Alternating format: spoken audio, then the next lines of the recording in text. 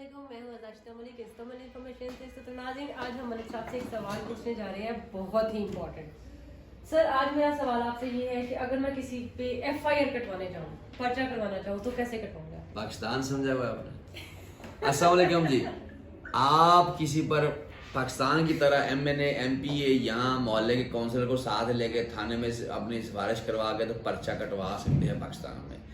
यहाँ पे जो है आप FIR करवा सकते हैं, लेकिन FIR कटवाने से पहले ये ज़रूर ज़हन में रखें कि आप किस पर FIR कटवा रही हैं और बंदे की वर्थ क्या है। अगर आप केस चलेगा तो अगर आप केस हार गई या गलत साबित हुआ आपका जो उस पर इल्ज़ाम लगाया हुआ है, तो आपको उसकी वर्थ के मुताबिक हर्जाना अदा करना पड़ेगा।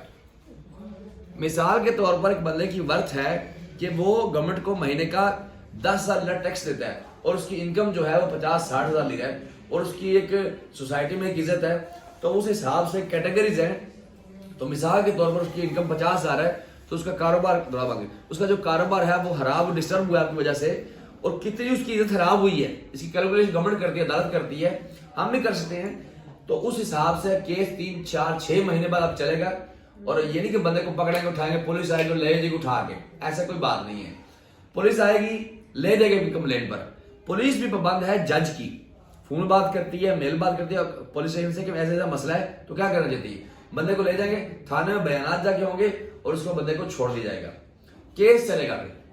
क्योंकि गवर्नमेंट भी डरती है कि अगर बंदा बेगुनाह साबित हुआ तो इसने 4-6 महीने जेल काटी हुई है, इसका गवर्नमेंट को पैसे पे करने पड़ते हैं। तो गवर्नमेंट क्या करती है कि ऐसे जो मामला होते हैं इल्जाम तलाशी वाले, तो वो रिलीज करते हैं बंदे को पहले दिन या दूसरे दिन। उसका अगर केस में कोई जान ना हो, तो ठोस शवाहिद ना हो कैमरा की, यानी कि जो है वो उसकी जो है होती है फुटेज होती है, या कोई ठोस शवाहिद ना हो, इल्जाम हो, तो उसको बंदे को उसी वक्त छोड़ देते हैं। फिर केस चलता है 6 महीने बाद, आप केस हार जाती है और मिसाल जिस पर केस किया वो जीत जाता है केस, वो दोबारा आपको केस करेगा। एक तो आपके वकील के गवर्नमेंट के सारे एक्सपेंस जो है ना वो आपके ऊपर डालेगा, दूसरा आपको अपनी इज्जत के हर जाने का केस करेगा आप पर, और आपको वो सारे पैसे अदा करने पड़ेंगे।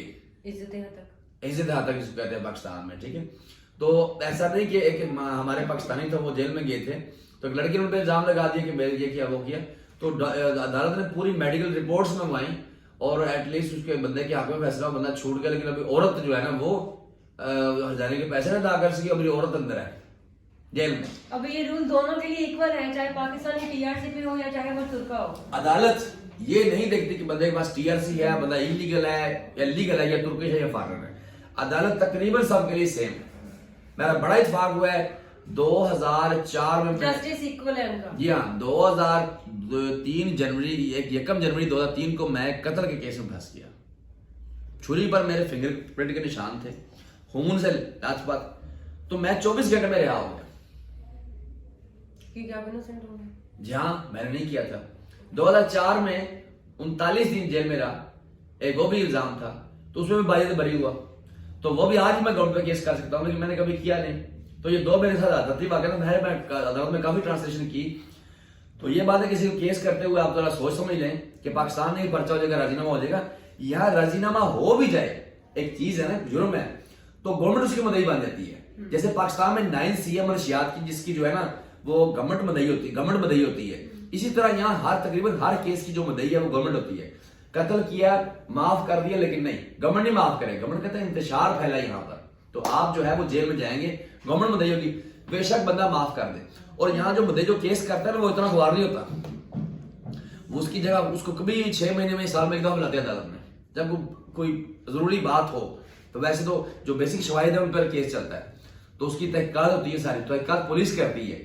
यानी कि जाओ गाड़ी में पेट्रोल डलवा के लाओ, तो हम जिसको केस की जो है ना इन्वेस्टिगेशन लानी है, फाइलें लानी है, वहां से टेलीफोन कार्ड निकालने, पैसे दो, कोई पैसे की जरूरत नहीं आपको केस करते वक्त। आपने लॉयर करना है और लॉयर के थ्रू अपने केस लड़ना है आपका।